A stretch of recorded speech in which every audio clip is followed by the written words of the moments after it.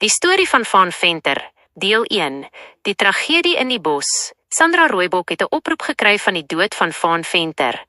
Al die diere was geskok om te hoor van die afsterwe behalwe die lastige aasdiere. Dit was oomblikke toe is die hele bos daar en wil weet wat het gebeur. Al die paaie was toegemaak en geen beweging was verder in die bos opgemerk. Die nooddienste was uitgeroep en oom Olifant, die dokter, kon bevestig dat Van oorlede aangetref is. Die nuusspan het vinnig die storie versprei. Oom Kudu, die lid van die bospolisie, was op die toneel en het met sy ondersoek begin. Dit was in 'n japtrap en hy het leidrade gekry wat hom gelei het na Sarel Leeu wat by sy familie gesit het en hulle vertel het van wat gebeur het. Dadelik het Sergeant Herman die Kudu 'n arrestasie uitgevoer. Die ander diere was almal bymekaar vir die roudiens van geliefde oom Van Kameelperd. Die skok loop die bos vol en selfs die brandweer, renoster oom Leon, was besig om te help om die paaie vir die stoet toe te maak. Deel 2. Die motief en die arres. Terwyl die bos in rou gedompel was, het Sergeant Herman Kudu die bewyse saamgevoeg. Die leidrade wat na Sarel Leeu gelei het, was onrusbarend duidelik. Verskrapmerke op oom Van se hoë nek wat ooreenstem met Sarel se kloue en die feit dat Sarel, ongewoon stil, sy gesin van 'n ongeluk probeer oortuig het voordat die nuus bekend geword het. In die polisie-aanhoudingsentrum, 'n tydelike struktuur wat deur die renosters oom Leon en sy span uit sterk nuwe hout gebou is, het Herman die leeu gekonfronteer. Sarel, het Herman gevra, sy stem kalm maar ferm, waarom? Oom Van was gerespekteer deur almal en 'n vriend van jou familie. Sarel, normaalweg trots en hardvogtig, het in stilte op die harde vloer gesit, met sy kop in sy kloue. Hy was 'n gebroke dier. Dit was die honger, het Sarel uiteindelik gesê, sy stem 'n grouwe fluistering. Die droogte was lank en my kinders, hulle was swak. Oom Van het altyd gesê, sy lewe is 'n geskenk, dat hy liewer sou sterf as om 'n kind te sien ly.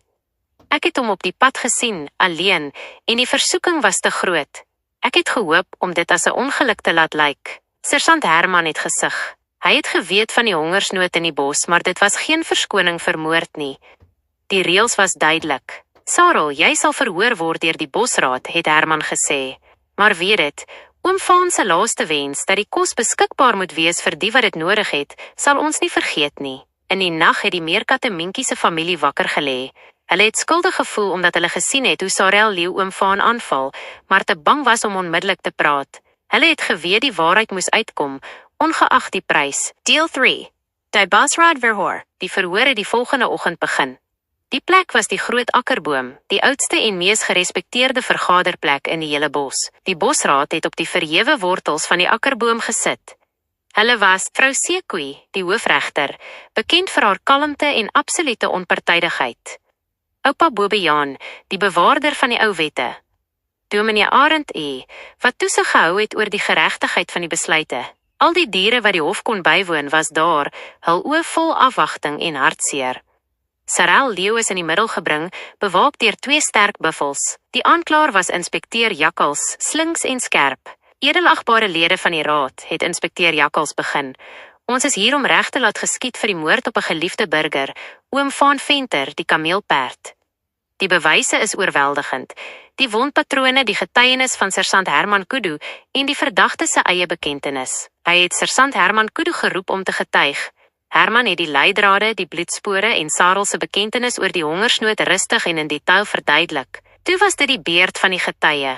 Minkie Meerkat, wat op haar agterpote gestaan het en skaars bo die hoë gras uitgesteek het, het benoud vorentoe gekom. Vertel die raad wat jy gesien het, Minkie, het inspekteur Jakkals gevra. Minkie se stem was 'n beweerde piep. Ek het gesien hoe oom Van met sy kop in die blare was. Sarel Leeu het van agter af gekom. Dit was vinnigheid, nie 'n kans gehad nie. Sarel het net daarna baie vinnig weggeloop. Sarel Leeu se verdediger was MNR. Vlakvark wat probeer het om die raad se simpatie te wen. Edelagbare raad, het MNR. Vlakvark gesê, sy stem vol emosie, my kliënt pleit skuldig aan die aanval. Maar hierdie daad was nie uit boosheid nie, dit was uit desperaatheid. Die hele bos weet van die droogte. Dit was die pyn van 'n vader wat sy kinders wou voed. Ons vra die raad om hierdie tragiese konteks in ag te neem. Sarel se pleidooi. Vrou Sekoe het haar oë na Sarel gedraai, wat sy kop opgelig het. Sarel Leeu, het sy met 'n swaar stem gesê, het jy enigiets om aan hierdie raad te sê voor die uitspraak? Sarel het diep asem gehaal. Sy oë was rooi, nie van woede nie, maar van smart.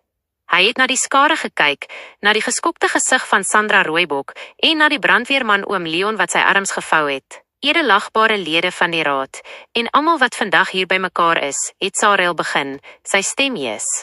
Ek weet dat woorde nie oom Vaan se lewe kan terugbring nie. Daar is niks wat ek kan sê wat die daad wat ek gepleeg het, ongedaan kan maak nie. Hy het sy kop laat sak in 'n teken van diepe vernedering. Ek pleit dat ek verskriklik jammer is. Daar gaan nie 'n dag verby dat ek nie wens ek kon daardie oomblik ongedaan maak nie. Ek was blind van wanhoop en honger, en ek het 'n vreeslike fout gemaak teen 'n goeie dier wat my vriendskap verdien het. Sarel se stem het gebreek. Ek vra nie vir 'n vryspraak nie. Ek vra vir die bosraad om my te vergewe vir die pyn wat ek die bos en veral oom Vaan se familie aangedoen het. Ek sal enigiets doen om my skuld te betaal. 'n Sware stilte het oor die akkerboom gehang. Die diere was diep geroer deur Sarel se opregte berou, maar die daad van moord kon nie ligtelik geneem word nie. Vrou Sekoe het na oupa Bobbejaan en dominee Arend gekyk. Hulle het geknik. Sy het die hamer van 'n gedroogde been op die wortel van die akkerboom geklop. Die raad sal nou beraadslaag. Ons sal die motief, die daad en die verdagte se pleidooi vir vergifnis oorweeg. Deel 4. Die uitspraak van die bosraad. Vrou Sekoe het weer haar hamer op die wortel van die akkerboom geklop en die skare tot stilte gemaan. Sy het Sarel Leeu met 'n ernstige blik aangekyk. Sarel Leeu het vrou Sekoe aangekondig, die bosraad het beraadslaag. Ons aanvaar die skilderkenning en die opregte berou. Die feit dat u daad uit desperaatheid gebore is, en nie uit boosheid nie, speel 'n rol in ons besluit.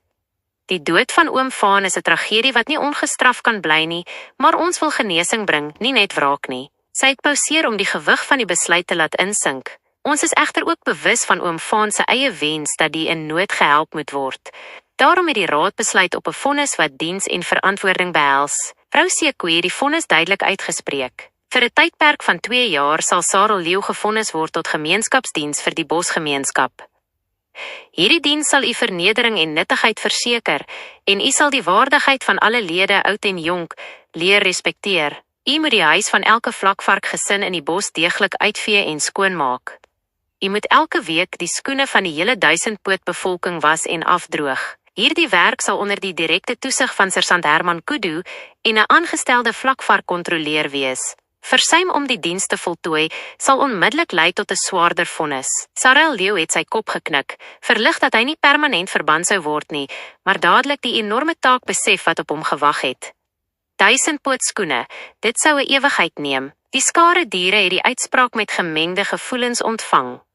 Dit was 'n ongewone straf, maar dit het by die unieke gees van die bosraad gepas. Deel 5. Die laaste afskeid van oom Vaan. Nadat die verrassende uitspraak van die bosraad gehoor is, het die diere se aandag teruggekeer na die ware rede vir hul byeenkoms, die laaste afskeid van oom Vaan Venter. Die roudiens het plaasgevind op 'n oop plek onder die groot kremetartboom, wie se takke beskerming en skaduwee gebied het.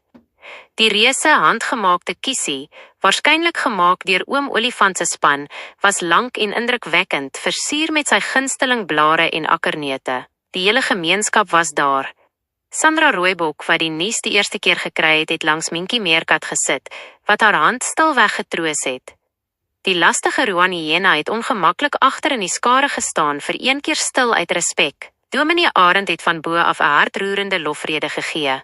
Ons neem vandag afskeid van oom Vaan, die hoogste lid van ons gemeenskap. Hy het letterlik hoër gestaan as ons almal, en sy hart was net so groot soos sy hoogte. Hy het vrylik gegee en was 'n baken van goedheid, het dominee Arend gesê. Hy het verder die storie van Sarel Leeu se motief gedeel en oom Vaan se laaste wens dat niemand honger moes ly nie.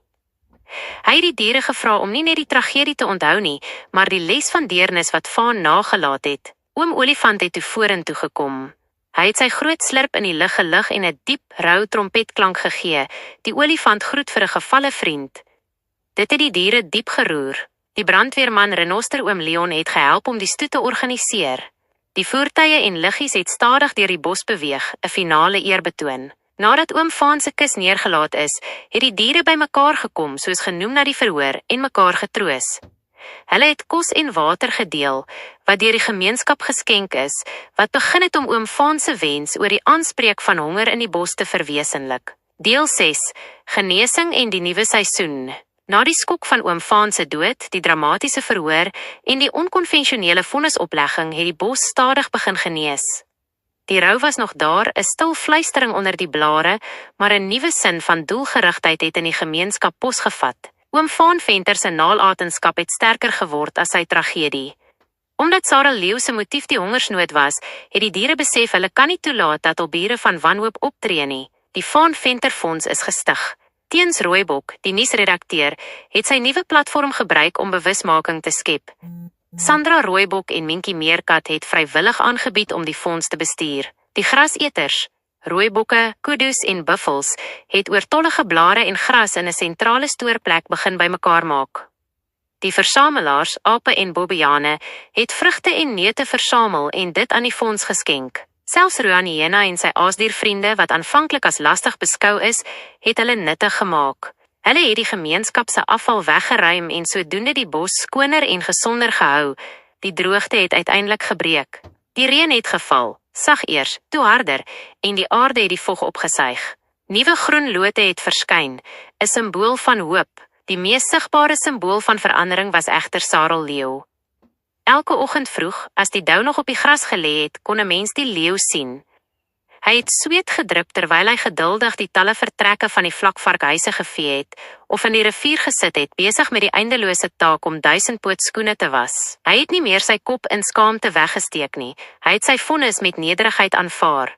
Die diere het hom gesien as 'n verloste siel, en hulle het die kans gekry om te vergewe. Die bos het uiteindelik 'n ware familie geword, verenig deur 'n gedeelde hartseer en 'n nuutgevonde verbintenis tot deernis, alles as gevolg van die nalatenskap van die hoogste dier in die bos, oom Vaan Venter. Einde van die storie.